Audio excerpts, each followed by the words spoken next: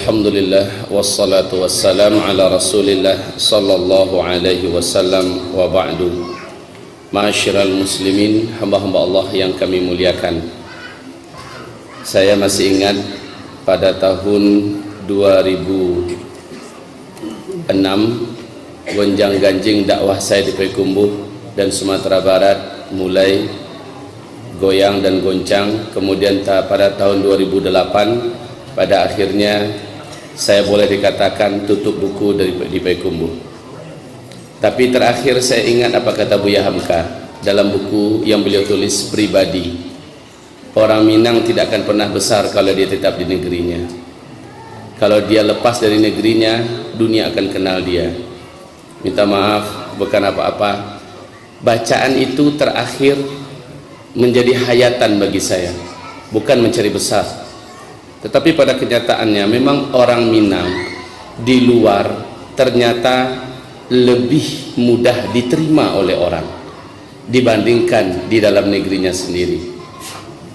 Kaum muslimin, hamba-hamba Allah yang kami muliakan, Ustadz Zulkifli yang tampil di depan Bapak Ibu sekarang saya rasa tidak asing lagi, tetapi mungkin masih dengan image yang dulu. Ini adalah Ustadz teroris. Ustadz yang diisukan sebagai Ustadz teroris ini sekarang sudah menjadi guru tetap di Mabes TNI Jakarta. Takbir! Sudah menjadi guru di beberapa Kapolda, sudah mengundang resmi dan memberikan kajian kepada jajaran kepolisian sampai ke tingkat jenderal-jenderal di pusat. Beberapanya sudah menjadi sahabat saya. Dan dari sana bocoran banyak tentang Indonesia. Saya akan ceritakan sebentar saja. Dari tangan para pakar-pakarnya, Ustadz yang dituduh sebagai teroris sekarang telah masuk Australia, Singapura, negeri yang pantang akan mengizinkan teroris masuk. Jadi kalau masih ada yang bakat-bakat mata-mata di sini, saya sampaikan kepada yang bersangkutan, Ustadz yang dituduh sebagai teroris ini telah diterima di berbagai negara yang anti terhadap teroris dan punya intelijen tinggi, bahwa semua dusta yang Anda katakan tetap basi di bawah permukaan. Ya. Jadi hamba-hamba Allah yang kami muliakan, bahkan saya dapat pesan dari Mabes TNI, Ustadz Zul, siapa yang mengganggu antum besok kontak kami. Ini minta maaf kalau ada yang masih nuduh-nuduh saya sebagai teroris. Insya Allah dapat berhadapan langsung dengan yang paling penting di negeri ini. Hamba-hamba Allah yang kami muliakan, beberapa tokoh jenderal kita termasuk yang masih purnawirawan dan masih aktif mengabarkan tentang Indonesia bahwa 2018 Indonesia bukan lagi negeri yang aman untuk ditempat tinggali, bukan lagi 2020 tadi dikatakan Ustaz Siddiq. Sekarang kita akan masuk 2016 seperti yang dikatakan Ustaz Siddiq tadi. Kebangkitan Kristen sudah tercanangkan di Indonesia, dan kebangkitan mereka persis seperti yang dikatakan tadi oleh bunda kita, bahwa akan kami jadikan Indonesia seperti Nigeria, mayoritas muslim tapi dipimpin oleh anak Tuhan. Dan Ahok telah menampakkan giginya dengan sangat berani dan garang di daerah yang paling kuat Islamnya dan juga paling kuat maksiatnya, DKI, pusat ibu kota pemerintahan Indonesia, dipimpin oleh seorang Kristen. Kayaknya seluruh laki-laki yang ada di Indonesia ini harus disunat ulang. Kemudian kaum muslimin, program akan menjadikan Indonesia dipimpin oleh seorang Kristen ini benar-benar akan menjadi sebuah kenyataan, karena mereka terorganisir dalam skala dunia. Di segi kristenisasinya, seorang pakar misionaris yang memang seorang mantan misionaris akan menyampaikan hal ini secara lugas, vulgar dan tajam pada malam hari ini. Yang kedua, Syiah. Apabila sudah bocor agenda mereka 2020, agenda ini mereka percepat menjadi 2018, sehingga akhir daripada 2013 saat pertemuan para alim ulama Ahlus Sunnah wal Jamaah di Jakarta, tokoh-tokoh besar kita dengan beberapa badan intelijen kita dari BIN di Jakarta Pusat, pada akhirnya disimpulkan bahwa sesungguhnya Indonesia akan seperti Suriah dalam 3 atau 4 tahun yang akan datang. Ini akhir 2013 mereka umumkan. Sekarang sudah berlalu 2014, 2015, 2016, maka start 2017 atau 2018 Indonesia akan seperti Suriah atau setidak-tidaknya seperti Yaman. Wal'iyadu billah. Kemudian yang ketiga, komunis. Inilah gerakan-gerakan internasional yang sudah terasah dalam revolusi, yang sudah terlatih dalam menumpahkan darah umat Islam di muka bumi. Komunis, kebangkitan mereka di Indonesia sangat masif. Hampir-hampir saja Jokowi, kalau tidak dengan tekanan yang sangat dahsyat dari para tokoh-tokoh kita, daripada umat, Jokowi hampir-hampir saja minta maaf secara resmi kepada komunis di Indonesia. Hampir-hampir saja sejarah komunis yang pernah dihidupkan dalam kurun waktu puluhan tahun di Indonesia dikubur hidup-hidup oleh Jokowi. Karena memang kaum muslimin yang kami muliakan, tidak ada yang dapat menyangkal siapa yang ada di belakang daripada Jokowi. Ini tentang komunis. Baik kristenisasi, baik Syiah, baik komunis, tambah kaum liberalis dan pakar-pakar liberal. Apalagi baru-barusan ini Siti Musdah Mulia begitu lantang dan lancang berbicara bahwa pendidik pondok-pondok pesantren di Indonesia tidak boleh lagi ada, baik yang dimiliki oleh Muhammadiyah atau yang dimiliki oleh NU atau yang dimiliki oleh pesantren yang lain, karena pondok-pondok pesantren keberadaannya itulah bibit dan biang daripada terorisme di Indonesia. Kemudian dia juga berkata, bahkan harus sekolah-sekolah yang ada di Indonesia pendidikan agamanya ditiadakan. Ini menjadikan seluruh ulama-ulama, pakar-pakar pendidikan Islam di Indonesia kebakaran jenggot dan mengatakan wanita sinting. Tapi kenapa mereka bisa bicara? Ditambah nanti Said Akhil Siraj semakin gila, makin hari makin gila. Hamba-hamba Allah yang kami muliakan, kenapa mereka begitu berani berbicara? Kenapa orang-orang sinting pada berbicara di televisi pada hari ini? Jamaah, oh jamaah. Ini pun dapat teguran keras oleh Majelis Ulama Indonesia, dan seluruh Ahlus Sunnah wal Jamaah minta agar beliau minta maaf secara vulgar secara terbuka di depan media, termasuk di tempat televisi. Saya dengar kabar dalam waktu terdekat jamaah jamaah ini akan minta maaf yang mengatakan bahwa urusan kepemimpinan tidak ada dalam urusan agama. Sudah ya? Masya Allah. Kaum muslimin, ini menandakan apa? Orang-orang sakit jiwa sedang memimpin Indonesia pada hari ini.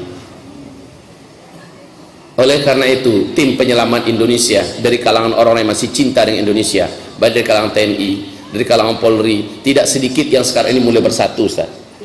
Jadi kabar gembira untuk kita. Jangan pikir pucuk-pucuk pimpinan itu tidak berpikir tentang keselamatan Indonesia. Mereka berpikir keras bagaimana akan menyelamatkan Indonesia ini.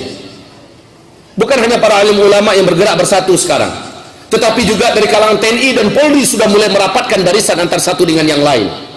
Maka rasanya Payakumbuh dan Sumatera Barat jangan ketinggalan kereta lah. Jangan hanya gara-gara satu PKS, satu Ikhwanul Muslimin, satu Persis, satu Muhammadiyah, satu ANI, lalu tidak mau merapat saf antara satu dengan lain. Itu sudah tidak laku lagi. Saya di Australia, Pak, Masya Allah, Masya Allah kaum muslimin. Saya lihat saudara-saudara kaum muslimin kita pedulinya luar biasa dengan Indonesia ini. Saat kedatangan kita ini, baik yang HTI-nya, baik yang PKS-nya, baik yang lain-lainnya, pada mendengarkan bagaimana perkembangan dan nasib Indonesia kita yang akan datang, mereka serius memikirkan Indonesia. Kalau kita memikirkan Indonesia dan memikirkan nasib bangsa dan memikirkan anak-anak muslim kita di masa yang akan datang, beberapa tahun yang akan datang, Indonesia akan negeri terpanas di dunia, mengikuti Timur Tengah berikutnya. Kita tidak menginginkan, tapi mereka menginginkan. Kita tidak suka keributan, tapi mereka menyalakan keributan.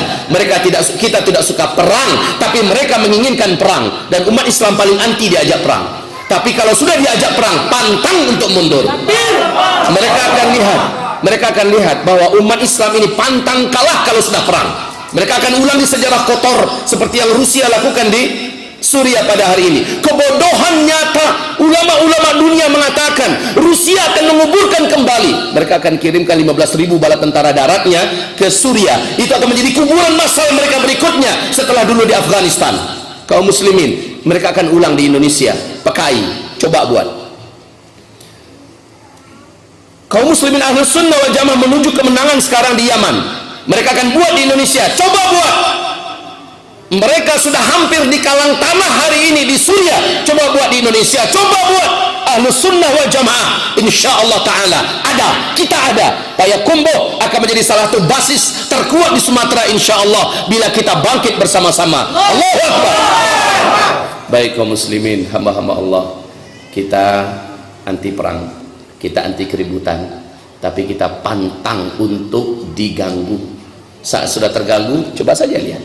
InsyaAllah ta'ala, saya yakin Bapak Ibu walaupun sholatnya masih bolong-bolong, kalau Islam ini sudah diganggu, pasti akan terbakar gairahnya, akan terbakar amarah dan cemburunya. Betul apa tidak?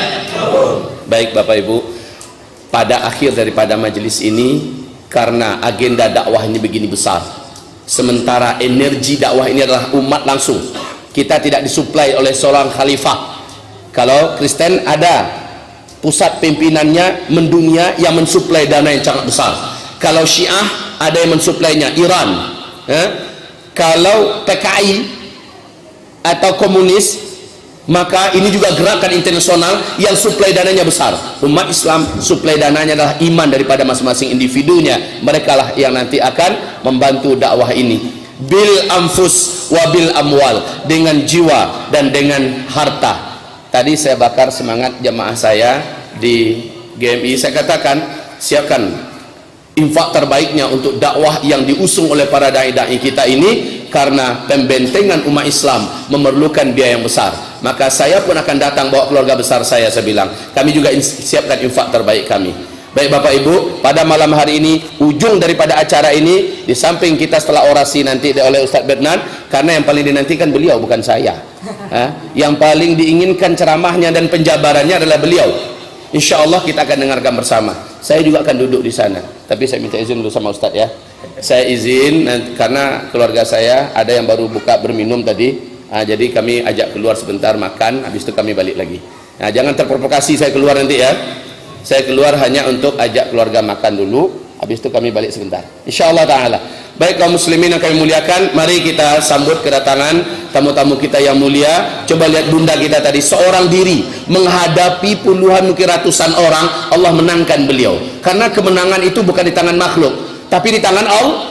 Qul ja'al haqqu wa zahaqal batil. Seorang ibu tampil di hadapan sekian misionaris atau sekian pendeta dan sebagainya, Allah tumbangkan mereka. Kebenaran adalah kebenaran. Ketika dia datang, ibarat cahaya di bawah kegelapan yang ada. Satu masjid pun, walaupun cahayanya hanya sebesar ini cahayanya, satu masjid ruangan gelap, datanglah bawa cahaya, kegelapan itu akan hilang. Qul ja'al haq wa zahaqal batil. Jazakallah khair bunda ya. Semoga Allah kekalkan orang-orang semacam bunda, juga seperti Ustaz Bednan Abdul Jabbar ya. Mari simaklah bersama-sama, wahai hamba-hamba Allah, bukan saatnya kita lagi mau diadu domba sesama kita.